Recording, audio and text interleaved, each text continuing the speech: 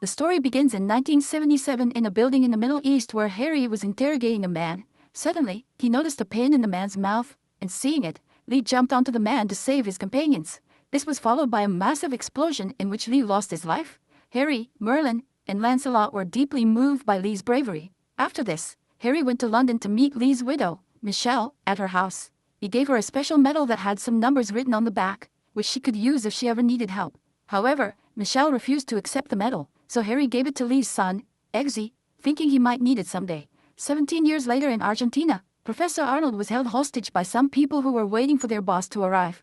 Just then, they heard a knock on the door, and when one man opened it, Lancelot was standing there. In the very next second, he attacked that man and went on to kill everyone in the room one by one. Suddenly, Lancelot heard another knock on the door, and as he went to open it, a woman named Gazelle cut him in 2 pieces with her blade-fitted legs. After killing him, Gazelle covered the bodies with a cloth and opened the door for her boss, Valentine. As Valentine entered the room, he immediately said to the professor, "Sorry, Professor, I really don't like violence, but sometimes when things don't work out the easy way, you have to bend the rules." Meanwhile, in London, Harry arrived at a tailor shop that was actually the Kingsman headquarters.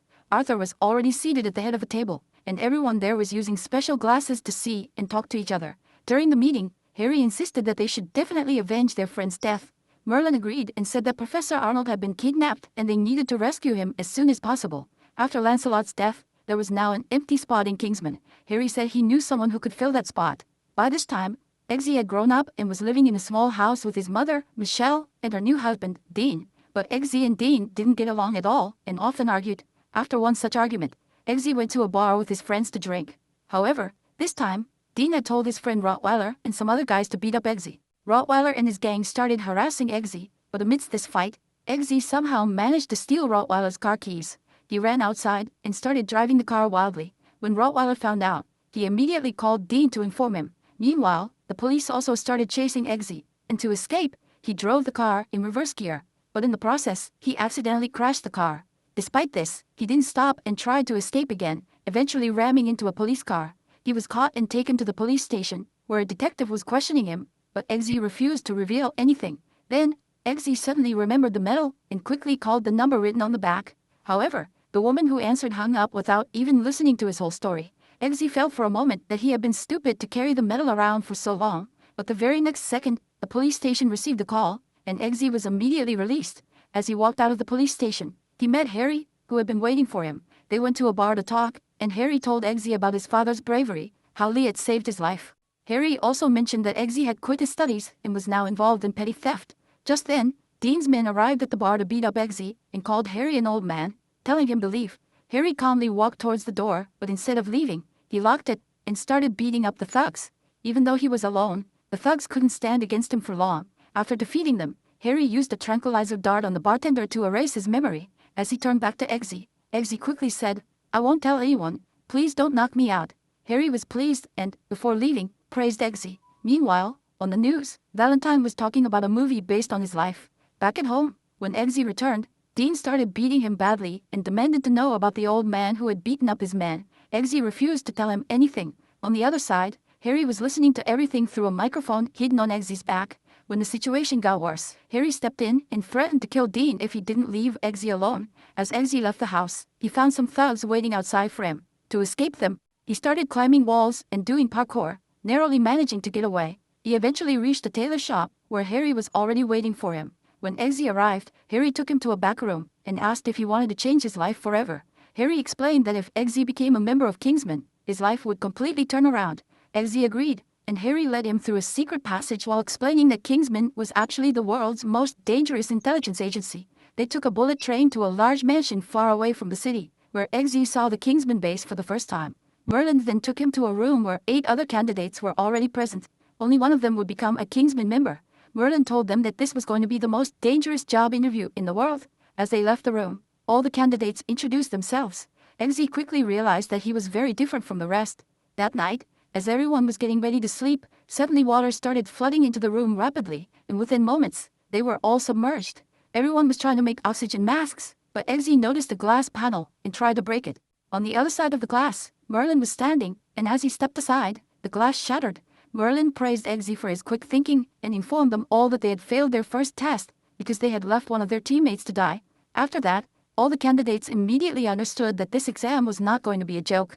Meanwhile, Professor Arnold had gone back to his work, where he met Harry. Harry knew that Professor Arnold must have given very important information to the kidnappers. That was the only reason he would have been released. But when the professor, lovingly, refused to reveal anything, Harry started pulling his ear. But in the very next second, there was an explosion in the professor's head, after which two men suddenly attacked Harry, forcing him to escape through the window. On the other side, Valentine was happy to know that his security measures had worked.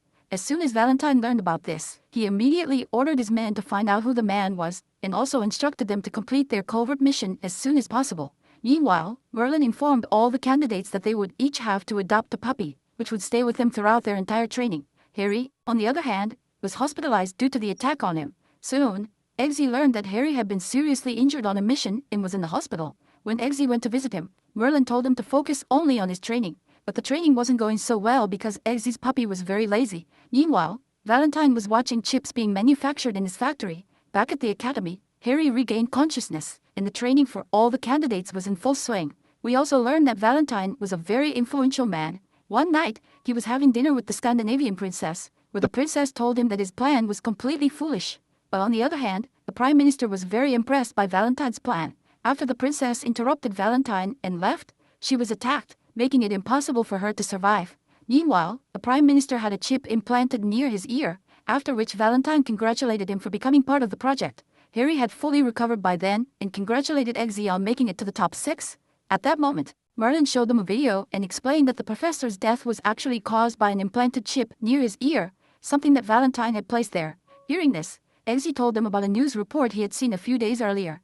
Apparently, Valentine was distributing free SIM cards around the world that came with free internet access. It wasn't Valentine who gave them out to us, it was Bonnie. Hearing this news, Harry now wanted to meet Valentine one more time, and Merlin was given the responsibility for this. The next day, the top 6 contestants had a very dangerous test. They had to jump from the sky and land on a particular target, all while avoiding radar detection. As soon as they got the signal, everyone jumped without thinking twice. However, Roxy got scared for a moment, but she still decided to follow Eggsy. In the middle of the sky, Merlin informed them that one of their bags didn't have a parachute. Hearing this, Eggsy told everyone to pair up, but some of them decided it was better to fail the test than risk their lives. One by one, they started opening their parachutes, and finally, only Roxy and Eggsy were left. When they cleared the radar detection, Eggsy opened Roxy's parachute, and both of them landed safely on the target. After the test, Merlin passed Eggsy and Roxy, but Eggsy asked why his own bag didn't have a parachute. Merlin replied that every bag had a parachute. This was just a test to trick their minds. That night, Harry went to a charity event hosted by Valentine, where he learned that Harry had donated so much money that Valentine canceled the entire party and took him to a special room. Gazelle came in with food for the two of them. While eating, Harry and Valentine had a bit of a chat, but suddenly Valentine asked, "Have you ever seen spy movies?" After this question, they began talking as if they both knew the other's true identity. After saying goodbye to Harry, Gazelle asked Valentine why he let him go. Valentine replied that he had put a micro-nano chip in Harry's drink. Meanwhile, Harry also learned that Valentine was connected to a church group. On the other side, Valentine met with the Scandinavian princess again, who was still refusing to accept his conditions. Valentine had also captured several other famous people at that location. Meanwhile, there was a rush at stores for Valentine's free SIM cards. Back at Kingsman headquarters, Merlin gave the 3 candidates photos of their targets, who they had to defeat to pass the test. But when they reached the club to carry out the mission, they were suddenly knocked unconscious after drinking something. When Eggsy woke up, he found himself tied to train tracks, where a man was asking him about Kingsman. But Eggsy refused to tell him anything. Just then, a train passed over him, but nothing happened to him. Actually, that was the real test, which Eggsy passed. Charlie, however, did not pass this test. Meanwhile, Valentine's main project had reached the testing stage. After Eggsy's outstanding performance, Harry took him to a tailor shop because he wanted to gift him a bulletproof suit. But he took him to room number 3, where various kinds of weapons were kept. As they were leaving the room, they bumped into Valentine, who was there to get a suit made for himself. After talking to Harry, Valentine quietly left, and during this time, Harry planted a very small microphone on his body. After this, Eggsy met Arthur, who handed him a gun and told him to shoot his puppy. Meanwhile, Merlin told Roxy to do the same. Eggsy pointed the gun at the puppy, but he refused to shoot and handed the gun back to Arthur. At the same time, they heard a gunshot from Roxy's room, after which Arthur told Eggsy to go back home. Roxy was then recruited under the name Lancelot. After returning home, Eggsy didn't want to return to his old life at any cost. He met his mother, who had a bruise near her eye. Eggsy wasn't going to tolerate this anymore, so he went straight to confront Dean. But as soon as Dean sent his men inside to deal with him, Eggsy's car suddenly drove itself straight to Harry. Harry scolded Eggsy for a long time, telling him not to pull the trigger. But later, he revealed that this was also the final test. All the people who had died during these tests weren't actually dead, they were all alive. At that moment, Merlin contacted Harry and told him about what Valentine was saying to someone, that now their Sims had spread all over the world, and if their church trial succeeded, they would launch their plan. Hearing this, Harry immediately set out to check on that church group he had heard about. There, Baster was shouting loudly, expressing his hatred towards the American government, and at that very moment, Valentine, sitting 1,000 feet away, launched the program using his Sims. Immediately afterward, a woman began screaming at Harry, and Harry shot her dead right away. This triggered a war inside the church, where people wanted to kill Harry. But this wasn't easy, and Harry, like a wild animal, began slaughtering everyone. Merlin couldn't stop him even if he wanted to, and Valentine was determined to eliminate Harry at any cost. But despite everything, Harry became the only person to come out of that church alive. Seeing this, both Eggsy and Merlin were shocked. As soon as Harry stepped out of the church, Valentine greeted him with his two gunners. There, Valentine explained that his Sims trigger the anger inside people, which allows him to unleash chaos everywhere. After that, Valentine started talking again about how, in spy movies, the spy always manages to survive in the end, but this time, it wouldn't be the same, and the very next second, he shot Harry. No one could believe it. Back at headquarters, Merlin and Eggsy were deeply saddened by Harry's death. Eggsy could still hear Harry's voice in his head, and so he went to meet Arthur. Arthur told him that they now had Valentine's statement, which gave the police solid evidence. From here on, they would handle the matter. Then Arthur invited Eggsy to sit down for a drink. While doing so, Eggsy noticed the same implant mark on Arthur's neck that he had seen earlier. Seeing this, Eggsy distracted Arthur and swapped their drinks. As soon as Eggsy finished his glass, Arthur told him that his drink was poisoned. Now he had only two choices: either join Valentine's project or God's project. According to Arthur, the Earth wanted to eliminate the virus living within it, which was none other than humans themselves, and according to Valentine, the only way to save Earth from destruction was to wipe out the human race. But even after listening to all of Arthur's speech, Eggsy was not ready to join him. Arthur then activated the poison, but it didn't affect Eggsy. Instead, it hit Arthur because Eggsy had switched their drinks. As Arthur died, Eggsy quickly removed the chip implanted in his neck. Meanwhile, only 6 hours remained until the entire world's Sims would be activated.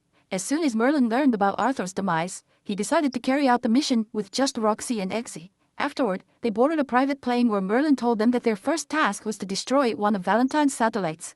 This would give Merlin enough time to break into the main system and shut it down. Roxy was assigned to destroy the satellite, and as soon as she reached the atmosphere, she had to attack the satellite. After dropping Roxy off, Eggsy had to use Arthur's invitation to infiltrate Valentine's base. Meanwhile, Valentine was giving everyone a motivational speech about how they needed to celebrate the deaths of the people who were about to die. Eggsy was fully prepared, wearing the suit that Harry had given him. As soon as they reached the safe house, they were given permission to land.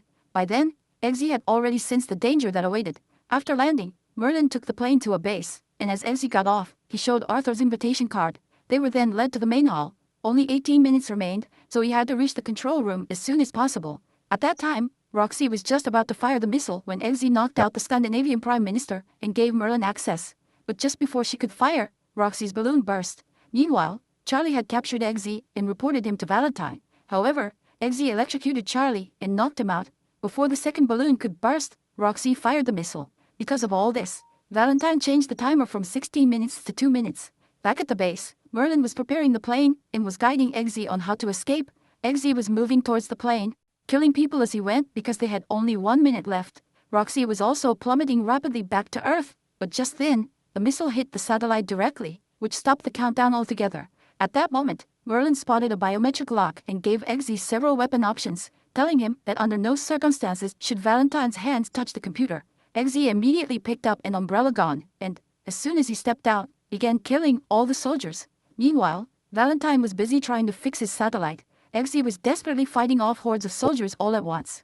There were so many soldiers that they completely surrounded him at one point. Eggsy then told Roxy that if he didn't survive today, she should save his mother, Michelle, from his stepfather. He also asked Merlin to activate the chips and the soldiers. A few seconds later, suddenly, all the soldiers and everyone present in the hall began to die on their own. In fact, Merlin had used Valentine's own chips to kill his guards, but Valentine had not implanted any chip in himself, and he declared that no matter what they did, they couldn't stop him. With that, Valentine activated a system, which caused all the Sims worldwide to become active, and people everywhere started killing each other like crazy. Eggsy immediately went to the control room and began firing, which temporarily paused the sim activation. Just then, Gazelle appeared to kill Eggsy, and the two of them launched a brutal attack on each other. Valentine used this opportunity to start the sim activation once again, turning fields across the world into battlefields. Eggsy was fully aware of this and decided to end the fight for good. He used his special shoes to deliver a poisonous blow to Gazelle's hand, which was enough to kill her. Afterward, he used Gazelle's blade-like legs to attack Valentine, finally stopping the bloodshed that had erupted around the world. With Eggsy's mission complete, everyone was overjoyed. After fixing everything, when Eggsy returned home, he saw Michelle sitting with Dean. Eggsy told his mother that he had a new job and had also gotten a new house where they would be living from now on. But Dean stopped Michelle from leaving. At that moment, Eggsy, just like Harry would have done, went to the door and locked it so that he could teach Dean a lesson.